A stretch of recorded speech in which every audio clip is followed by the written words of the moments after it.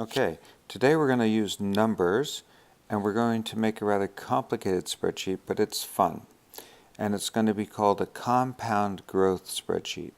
And we're trying to create a little space here. Type in compound growth. C-O-M-P-O-U-N-D, growth.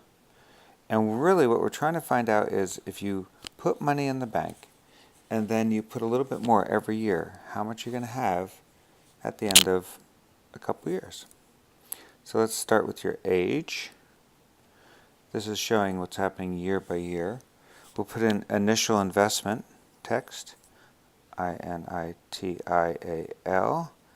investment. And for our illustration, we're going to use $100, like somebody gave you $100. Annual contribution, annual contribution. That's how much you put in every year. Maybe it's $10. Maybe it's $1,000. It depends on how much money you have. Okay, the interest rate, that's how much the bank is going to give you to keep your money in the bank. And your begin date, and let's say you do this every January 1. That's a convenient time to think. And that means your end date's going to be December 31. Okay, so let's say you start at age 13. Okay, so let's put in 13 here. And now what we really have to figure out is how much are you going to be next year and the year after that. So you're going to say equals, this next year is going to be equals this guy, 13, plus 1. And you say yes. Oh, 14. So we could do that all the way down, but there's a much faster way. And you do this. You do fill, and you drag down, and they fill in automatically. Unfortunately, we don't have enough room on the page, so we're going to have to grab these little, this blue equal sign on the bottom left-hand corner and pull that down.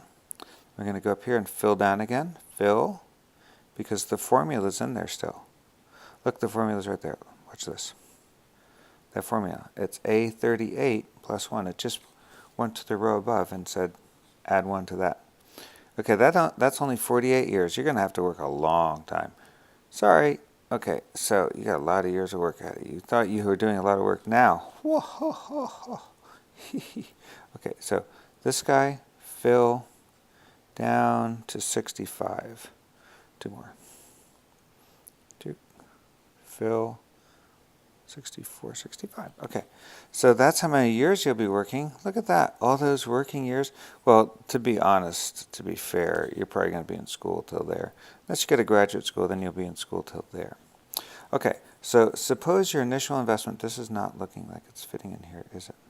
Let's make this a little wide. There we go. Undo. I don't know what I did, but I don't want to do that. Okay, so your initial investment when you're 13, somebody, your wealthy grandmother gives you $100. So you put in $100.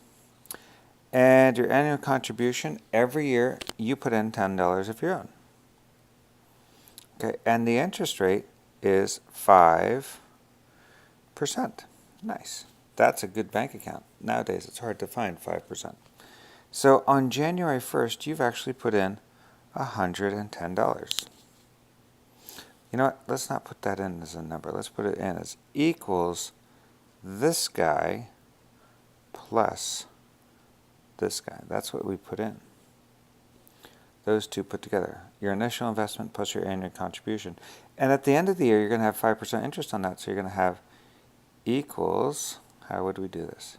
Equals the beginning, right? Beginning on January 1st, times this one, come on, that one, good, right, plus we're going to have the initial investment as well, right? We're not going to lose that. So you have your initial investment plus the interest rate times that investment. So that comes out to $115.50. Okay, that's not bad. So now let's see where that means that your initial investment, we haven't put in anything more in. You just got your $100 from your rich grandmother.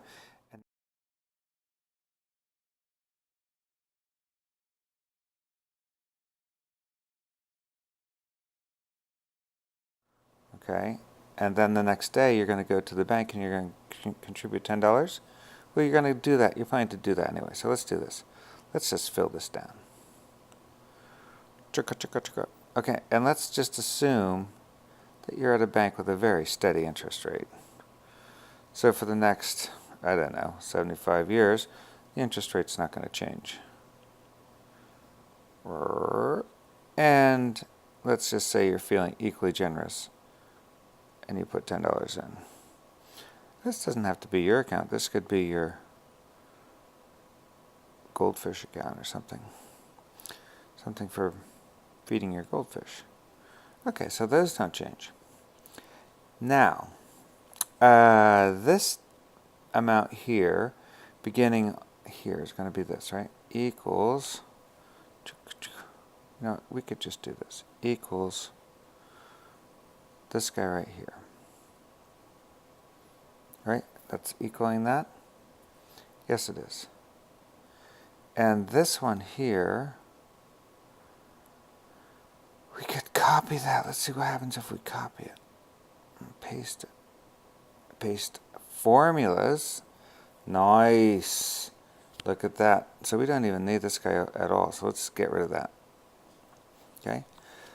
Look at that. Look at that. So at the end of year 2, you've got 121,127.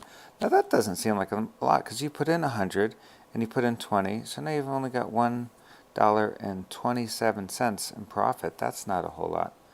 But what's going to happen over time? That's what we're interested in. So we're going to take these two and we're going to fill them all the way down. And we're going to wonder what's going to happen to these two numbers by the time you retire. It's got a ways to go. Holy smoke. How did you get way up there? You got up to $1,400? Let's see how much we put in.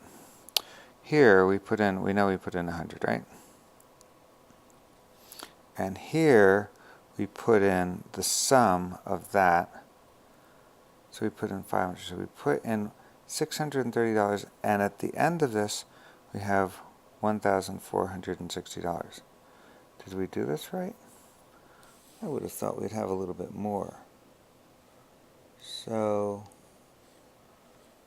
that's about right. Okay, so let's clean up the formatting. So we go over here to the paintbrush, format the number. We want this to be currency, but we don't want to show all these pennies. We don't care about that. We just want the dollars. Okay, so we go in here, we format the currency, and again, we don't want the pennies. Nice. Okay. So there you go. There you have it. So this is the number I want you to tell me about. I want you to tell me at the end of all these years, when you're 65, and assume that you start at 13, when you're 65 and you put in an initial investment of something different than this, I'm going to ask you in the guidelines to pick that number. I'm going to give you that number because I want to see if you match what I got. And so it's sort of a puzzle. You have to do the same layout here. You have to do the same format, and then these numbers will come up automatically. Okay? So good luck. See you on the other side.